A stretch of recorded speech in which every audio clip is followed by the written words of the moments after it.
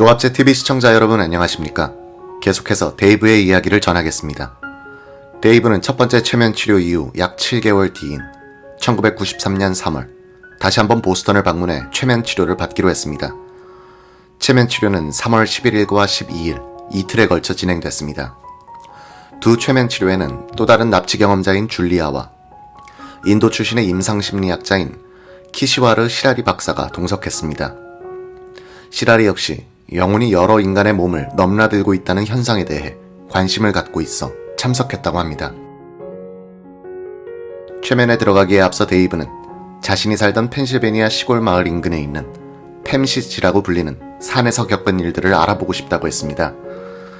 그는 여전히 기 에너지를 수양하고 있으며 기와 인간 영혼의 관계에 대해 연구하고 있다고 했습니다. 손을 뜨겁게 만들어 기를 통제하는 방법을 수련하고 있다고 했습니다.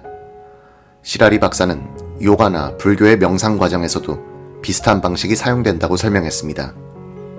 데이브는 한국계인 조사범에게 외계인들은 기 에너지를 마스터했고 이를 통해 텔레파시로 소통을 할 수 있는 것 같다고 말했다고 합니다. 최면 과정에서 맥 박사는 템시 산과 3살 때 본 세대의 오토바이에 초점을 맞춰보자고 했습니다. 데이브는 오토바이에 타고 있던 검정색 물체가 생명체로 바뀌더니 언덕 위 이웃집 잔디밭으로 자신을 데려갔다고 했습니다. 그의 몸은 마비됐고 두려웠다고 했습니다. 이들 중 한 명은 여성이었고 무언가 날카로운 걸로 데이브의 머리를 눌렀다고 했습니다. 손으로 머리카락을 만지작거리며 무언가를 하는 것 같았다고 했습니다. 2명의 남성 생명체는 옆에서 이를 지켜보고 있었다고 했습니다. 데이브는 자신이 티셔츠 하나만 입고 있었다고 했습니다. 바지를 입고 있었던 것 같은데 벗겨진 것 같다고 했습니다. 이들은 마음으로 소통을 하는데 데이브는 마음이 안정되기 시작했다고 했습니다. 데이브는 이 여성은 내 배 아래쪽에 손을 갖다 대고 무언가를 확인했다고 했습니다. 데이브는 이 여성이 무언가 중요한 일이 있다고 말했다 라는 기억을 떠올리며 울기 시작했습니다.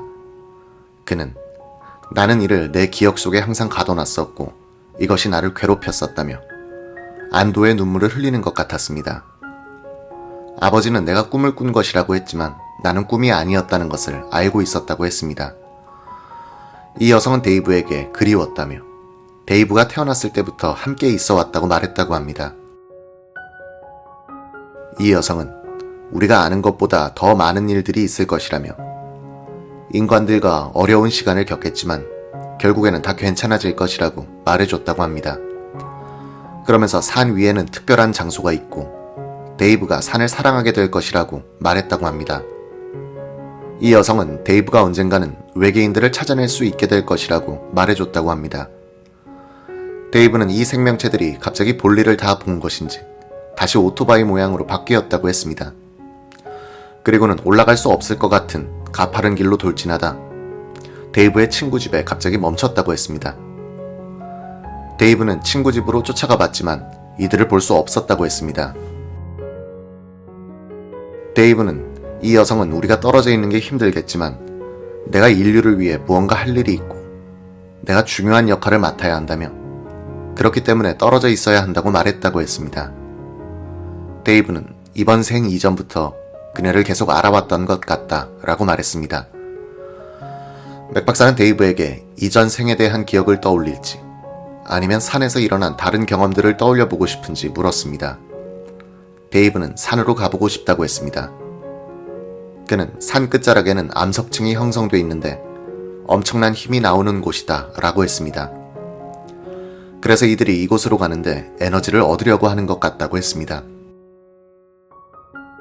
데이브는 12세 때 산의 끝자락으로 가본 적이 있다고 했습니다. 그는 원주민들이 이곳을 찾았다는 것 같다며 나는 요즘 시대에 사는 원주민이다 라고 했습니다.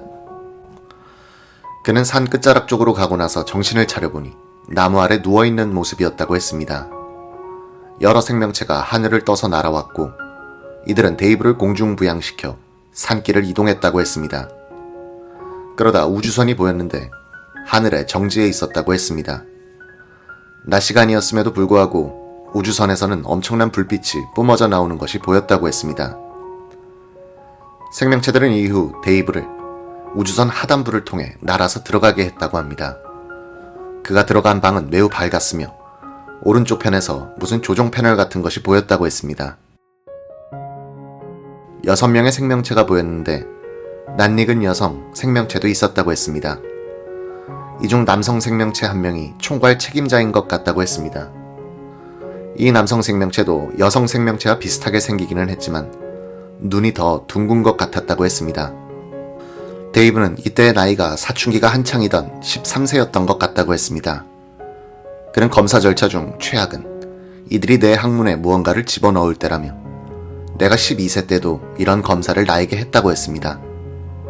여성 생명체는 데이브의 옆에서 계속 괜찮을 것이라고 말해줬고 남성 생명체 중 한 명이 그의 다리를 벌리고 약 60cm 길이의 물체를 항문으로 집어넣었다고 했습니다. 이 물체는 하수관을 청소하는 도구처럼 한쪽 끝에 철사 같은 게 있었다고 했습니다. 그는 상상할 수 있는 것보다 훨씬 더 깊게 집어넣었다며 내가 어떻게 지내고 있는지 확인하는 거였다고 했습니다. 데이브는 불편한 느낌과 수치심을 느꼈지만 고통은 크지 않았다고 했습니다. 동물원에 있는 동물이 된 기분이었고 아무것도 할 수 없는 무력감이 들었다고 했습니다. 이들은 약 2분 뒤 물체를 빼냈고 데이브의 건강 상태가 만족스럽다는 식의 신호를 주고받았다고 합니다. 데이브는 이들에게 동질감을 느꼈고 내가 이들을 오랫동안 알았으며 이들의 힘을 내가 존경한다는 기분이 들었다고 했습니다. 인간보다 이들과 더 가까운 것 같았다며 인간과 있을 때보다 이들과 있을 때 더 안정된 느낌을 받는다고 했습니다. 그는 중학교 시절 의안을 끼고 있다고 놀림을 받던 일과 그럼에도 공부를 잘해 우등생반에 배정됐다는 이유로 이상한 아이 취급을 받았던 기억을 떠올려냈습니다. 여성 생명체는 어려운 일들을 겪겠지만 결국에 가서는 문제가 없을 것이라고 말해줬다고 합니다. 눈을 잃은 이유는 여러 상황에서 어떻게 살아나가야 하는지 배워야 하기 때문에 그렇다는 이야기를 들었다고 했습니다. 데이브는 전생이나 다른 생에서 이들을 만났던 것 같다고 했습니다. 이들은 영혼을 재활용하는 방식 등으로 한 번의 인생뿐만이 아니라 모든 생을 지켜보는 것 같았다고 했습니다. 최면 치료가 끝난 뒤 동석했던 시라리 박사는 데이브가 떠올린 내용에 깊은 인상을 받았다고 했습니다. 초자연적 현상이나 다른 차원의 현실을 생각해봐야 하는 것 같다고 했습니다. 맥 박사와 데이브는 다음날 오전에 또 한 차례의 최면 치료를 진행하기로 했습니다. 줄리아와 시라리 박사는 이날 치료에도 참석했습니다. 데이브가 이날 첫 번째로 떠올린 기억은 자신이 펜서 바이 더 크리크, 개울가옆 표범이라는 이름의 원주민이라는 것이었습니다. 팸시산 인근에서 거주하던 서스케 하나족 출신이라고 했습니다. 이때는 원주민들이 백인들을 만나기 전이었다고 했습니다. 이 소녀는 강가에 살며 송어를 잡고 겨울을 나기 위해 육류를 말렸다고 합니다. 독수리들이 이 강가를 따라 함께 생활했다고 했습니다. 데이브는 독수리는 특별하고 이 산은 특별한 장소였다며 치료 주술사들이 산에 올라가 영감을 받고 여행을 떠나기도 했다고 했습니다.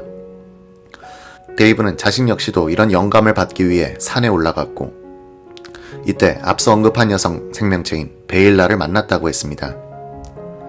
그녀와 오랫동안 떨어져 있었던 것이 슬프다며 눈물을 흘렸습니다. 데이브는 당시 이로코이족과 큰 전쟁을 치렀다고 했습니다. 사슴과직으로 된 옷을 입고 활과 화살을 들고 전사처럼 싸웠다고 했습니다. 그는 전투 과정에서 왼쪽 가슴에 화살을 맞았고 이는 심장을 뚫고 지나갔다고 했습니다. 불타오르는 것 같다가 갑자기 아무 느낌도 나지 않았다며 피를 토하기 시작했다고 했습니다. 그는 이후 정신을 잃고 죽었다고 했습니다. 다음으로 기억나는 것은 내가 내 몸 밖으로 나온 것이라며 이로코이족 사람들이 나의 머리 가죽을 벗기는 것을 위에서 내려다봤다고 했습니다. 그러다 하늘로 날아가며 크리스털이 산산조각 깨져 사라지는 것처럼 소멸되는 기분이 들었다며 내가 모든 곳에 존재하는 것 같았고 평화로웠다고 했습니다. 데이브는 육신에서 빠져나온 뒤에도 베일라를 볼 수 있었다고 했습니다. 맥 박사는 베일라를 어느 시점에서 봤느냐고 물었습니다. 데이브는 꼭 그녀를 봤다기보다는 그녀가 여기에 있다는 느낌을 받았다고 했습니다. 데이브는 베일라라는 여성을 이전에도 알았던 것 같다고 했습니다. 맥 박사는 데이브에게 사망한 뒤 베일라를 만났느냐고 물었습니다. 데이브는 몸에서 빠져나와 소멸되기 전에 베일라는 내가 다시 돌아오면 다시 만나게 될 것이라고 말해줬다고 했습니다. 데이브는 그러다 버지니아에서 다시 태어났다고 말했습니다. 맥 박사는 소멸된 뒤 다시 태어나게 되는 과정을 설명해보라고 했습니다. 데이브는 갑자기 다시 뭉쳐져 세상으로 오게 됐다고 했습니다. 맥 박사는 이 과정을 집요하게 물어봤습니다. 그러자 데이브는 메리 패그라는 여성의 자궁 안으로 들어가야 했다고 말했습니다. 이 여성은 짙은 색 긴 머리를 하고 있었고 나의 아버지의 이름은 존이었다 라고 말했습니다. 맥 박사는 왜 메리라는 여성이 선택된 것인지를 물었습니다. 그는 어느 겨울날 밤 그녀 몸 안으로 그냥 들어갔다며 사람들은 다 자고 있었고 난로에는 불이 조금 남아있었다. 그녀 안으로 들어가고 싶어서 그렇게 했다. 내가 들어가자 그녀는 임신을 하게 됐다 라고 했습니다. 메리는 데이브가 몸 안에 들어갈 때 계속 자고 있었다고 했습니다. 맥 박사는 데이브의 말을 끊었습니다. 임신을 하기 위해서는 우선 난자가 수정을 해야 한다고 말해줬습니다. 데이브는 메리와 존이 이날 밤 성관계를 가졌고 수정이 됐을 때 자신이 들어갔다고 말했습니다. 데이브는 자궁안은 매우 어둡고 따뜻했다며 출산 과정은 매우 짧았다고 했습니다. 출산 과정에서 엄청난 압력을 느꼈고 머리가 먼저 밖으로 빠져나왔다고 했습니다. 데이브는 이후 메리라는 어머니가 둘째 딸을 가졌는데 태어난 얼마 뒤 숨졌다고 했습니다. 어머니가 슬퍼하는 것을 보고 자신 역시 울었던 기억이 난다고 했습니다. 데이브는 이때 당시는 남북전쟁이 펼쳐졌을 때였다고 했습니다. 데이브의 덩치는 컸으며 전쟁에 꼭 참전해야만 한다는 생각이 들었다고 했습니다. 그는 남부군을 위해 활동하는 첩자로 활동하다 북부군에 잡혔다고 했습니다. 19세의 나이에 교수형에 처해졌다고 했습니다. 데이브는 이러한 상황이 자신이 베트남 전쟁에 참전하지 않은 것과 관련이 있는 것 같다고 했습니다. 내 또래 아이들 중 일부는 베트남에 가게 됐는데 나는 가지 않았다며 자신이 선택받지 못해 화가 났었다고 했습니다. 눈 때문에 면제가 됐을 수도 있지만 그래도 추첨해서 뽑히지 않았던 것에 실망했다고 했습니다. 맥 박사는 다시 베일라를 떠올려 보라고 했습니다. 데이브는 그들 역시 평생을 살 수는 없지만 베일라는 이 세 차례의 인생에서 모두 함께했다 라고 했습니다. 데이브는 베일라를 사랑한다고 말했습니다. 원주민일 때 그녀를 처음 만난 것 같다고 했습니다. 맥 박사는 데이브가 원주민일 때 만났던 주술 치료사 이야기를 해보라고 했습니다. 데이브는 이 치료사가 이 생명체들을 수호자들이라고 불렀다고 했습니다. 베일라는 데이브에게 당신에 대해 내가 신경을 쓰고 있고 언제든 지켜줄 것이라고 말했다고 합니다. 데이브는 베일라를 만난 뒤 검은 표범 한 마리를 봤었다고 했습니다. 자신이 태어날 때도 표범이 보여 자신의 이름이 개울가여 표범이 된 것 같다고 했습니다. 맥 박사는 계속해서 베일라의 정체에 대해 물었습니다. 형체를 갖고 있는 인물인지 영혼적인 인물인지를 물었습니다. 데이브는 이런 질문을 어렵게 생각했습니다. 그는 죽고 난 뒤에는 상황이 달라진다며 형체가 없다고 할 수 있다 라고 했습니다. 그러나 그녀는 항상 살아있고 형체라는 것은 중요하지 않으며 영적인 부분이 더 중요하다고 했습니다. 데이브는 이들은 우리가 깨닫기를 원하는 것이 있다며 우리의 물질적인 부분이 중요한 것이 아니고 이에 집중할 때 문제가 생긴다는 것이라고 했습니다. 최면에서 깨어난 데이브와 맥 박사는 이후에도 계속 이야기를 나눴습니다. 데이브는 말하기가 겁나 말하지 않았는데 남북전쟁 당시 그를 낳아준 메리라는 여성이 공원에서 만난 샬롯 햄튼이라는 여성 같다고 했습니다. 데이브는 최면 치료 얼마 후인 3월 25일 샬롯 햄튼과 필라델피아에서 만나 저녁 식사를 했다고 했습니다. 서로 너무 잘 맞았고 묘한 감정이 들었다고 했습니다. 데이브는 조사범과도 계속 기에너지 수련을 했다고 했습니다. 어느 정도의 에너지를 통제할 수 있게 돼 꿈속에서 날아다닐 수 있게 됐다고 했습니다. 더 많은 사람들이 데이브에게 상담을 구하러 오고 있다고 했습니다. 이들 중 일부는 UFO에 납치됐던 사람들이라고 했습니다. 한 번은 한 소녀가 찾아와 산 위에서 생명체들을 봤다고 말했는데 이를 듣고 깜짝 놀랐다고 했습니다. 맥 박사는 데이브가 떠올려낸 모든 이야기들은 서방 세계가 만들어낸 존재론적 개념으로는 설명이 되지 않는다고 했습니다. 이런 개념으로는 외계의 지능이 인간의 운명을 지켜주고 생명체들이 형체를 갖고 지구에 오는 것을 설명할 수 없다고 했습니다. 전생이 됐든 UFO의 존재가 됐든 모두 다 설명할 수 없다고 했습니다. 맥 박사는 데이브의 사례는 이 책에서 다뤄지는 핵심 질문으로 이어진다고 했습니다. 의식이라는 것을 어떻게 해석해야 하느냐는 것입니다. 데이브의 경우에는 여러 사람과 함께 UFO를 목격했다는 점, 납치 사례 이후 발생한 것으로 보이는 의문의 초승달 모양 상처 등이 있기는 하지만 이를 실체적인 증거로 보기에는 부족하다고 했습니다. 또한 다른 세상이 존재한다는 것에 대한 증거는 없는 것이 사실이라고 했습니다. 맥 박사는 데이브의 사례는 사람들에게 두 개의 선택권을 준다고 했습니다. 하나, 정신적 착각으로 받아들여야 한다. 둘, 의식으로 연결된 새로운 현실이 있다는 점을 서방 세계의 존재론적 개념으로 설명하기에는 한계가 있다. 오늘 시청해주셔서 감사합니다.